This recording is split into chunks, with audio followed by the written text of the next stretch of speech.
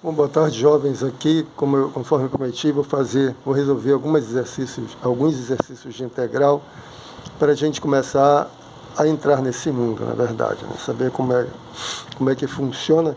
E nas próximas semanas que nós vamos fazer exercício desse tipo mesmo, de determinar primitivas para uma função, para nós aplicarmos o teorema fundamental do cálculo, tá bom? Então, nosso trabalho nessas 3 próximas semanas é calcular primitivas, tá? São vários métodos, por isso que a gente precisa de um pouco mais de tempo. E eu quero também entrar um pouco na trigonometria, porque eu acho muito... Eu estou fugindo um pouco disso, mas eu vou falar um pouco de trigonometria, porque é muito sem graça você sair de um curso de cálculo diferencial integral sem saber nada de trigonometria, né? Bom, um dos grandes avanços da geometria clássica foi a obtenção de fórmulas para determinar a área e o volume de triângulos, esferas e cônes, né? Nós agora vimos uma ferramenta que é a integral, que é apropriada para calcular áreas e volumes de formas mais gerais. Mas a integral se presta para muito mais coisa. É de fundamental importância em estatística, ciências e engenharia também. Ela nos permite calcular quantidades que vão desde probabilidades e médias até consumo de energia e forças que atuam contra as comportas de uma represa, por exemplo. Então, a gente começou falando que a integral foi criada para a gente calcular áreas de formas mais gerais, mas ela, como eu costumo dizer, a ferramenta matemática ganha o mundo, né? Ela entra em todas as ciências. Onde você tiver que calcular alguma coisa, você vai ver aí o cálculo diferencial integral metido, né, como uma excelente ferramenta para resolver os problemas. Bom, mas o que nós temos que aprender é calcular primitivas.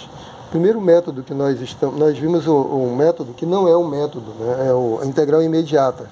A integral imediata é você reconhecer quando você já conhece as derivadas de uma função, e aí imediatamente você sabe quem é a primitiva da função. Isso nós fizemos em sala de aula.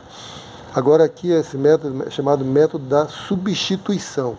Em que consiste o método da substituição? Na verdade, ele é o retorno da regra da cadeia. Só que eu não vou entrar nesses meandros para não complicar muito, tá bom? Aqui o que você tem que identificar é que a derivada de uma parte do integrando é igual ao outro. Por exemplo, aqui, quando você deriva essa função, você vai ter 3x² mais 1. E o 3x² mais 1 aparece aqui. Então, você vai usar a seguinte substituição. Você vai chamar de u a função x³ mais x. Então, a diferencial de u vai ser igual. Aí deriva 3x² mais 1 dx, tá bom? Então, essa é a nossa substituição. Agora, eu preciso lembrar que a diferencial de uma função, por exemplo, é igual, você deriva a função dx, a diferencial em relação a x, né? Porque na parte lá de derivadas eu não dei muita ênfase a isso. Isso é diferencial, é um operador linear, na verdade. A gente também não precisa saber disso, só precisa saber que a diferencial de u é a derivada de u dx, que você vai substituir aqui no integrando da função. Então, substituindo, você vai ter integral. Esse primeiro pedaço aqui é u. Então, aqui é u elevado a 5, tá bom? U elevado a 5. Se você não entender, fala aí. Vezes, aqui 3x² mais 1 dx, 3x² mais 1 dx é igual a du. Ora, esse nós sabemos como resolver, já aprendemos em sala de aula, né? Assim, integral, nós vimos que integral de u elevado a n du é u elevado a n mais 1 sobre n mais 1, né, mais a constante de integração, desde que o n seja diferente de menos 1. Não é isso? Por quê?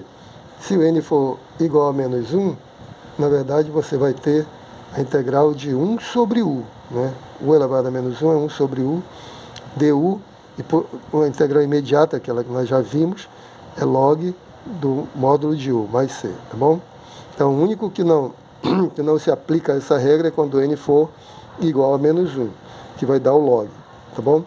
Bom, nesse caso, temos u elevado a 5, Resolvendo, você tem u elevado a 5 mais 1, 6, dividido por 6, mais a constante de integração. Substitui, volta à variável original, o u é igual a x ao cubo mais x, isso elevado a 6, dividido por 6, mais c, tá bom? Então, se você derivar, está aí a resposta já, acabou, tá bom? É muito simples, não tem por que a gente se assustar, né? Está aqui a integral. Se você quiser, você deriva isso, você vai ver que o resultado é esse produto aqui, tá bom?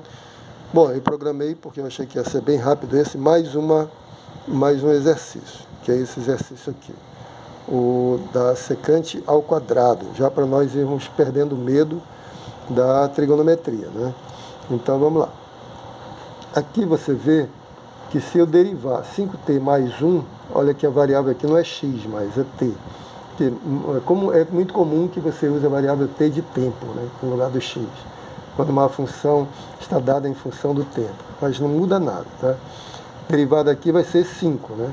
Derivada 5, então, se eu chamar isso aqui, e o 5 aparece aqui, ó.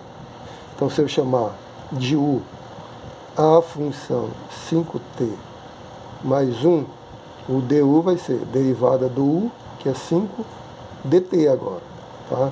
Agora é dt, ao invés de dx, como foi no primeiro, aqui é dt, a variável é t, tempo, tá bom? Substituindo, você teria a integral secante ao quadrado, essa função nós chamamos de u, vezes 5dt é du. Aí já caímos de uma integral imediata, por quê? Porque você sabe que a derivada em relação a t da tangente de u é igual a secante ao quadrado de u. Então, se a derivada de tangente a secante ao quadrado, a primitiva de secante ao quadrado é tangente de u. Então, já vai para o resultado. Tangente de u mais a constante de integração. Daí você volta à variável original. É tangente de u. U é 5t mais 1. 5t mais 1. Mais a constante de integração. Quando você deriva essa função, você vai chegar no integrando original, tá bom? Bom, vou parar por aqui, foi realmente muito rápido e vou trazer um exemplo mais interessante no próximo vídeo. Um grande abraço, fiquem com Deus, até lá.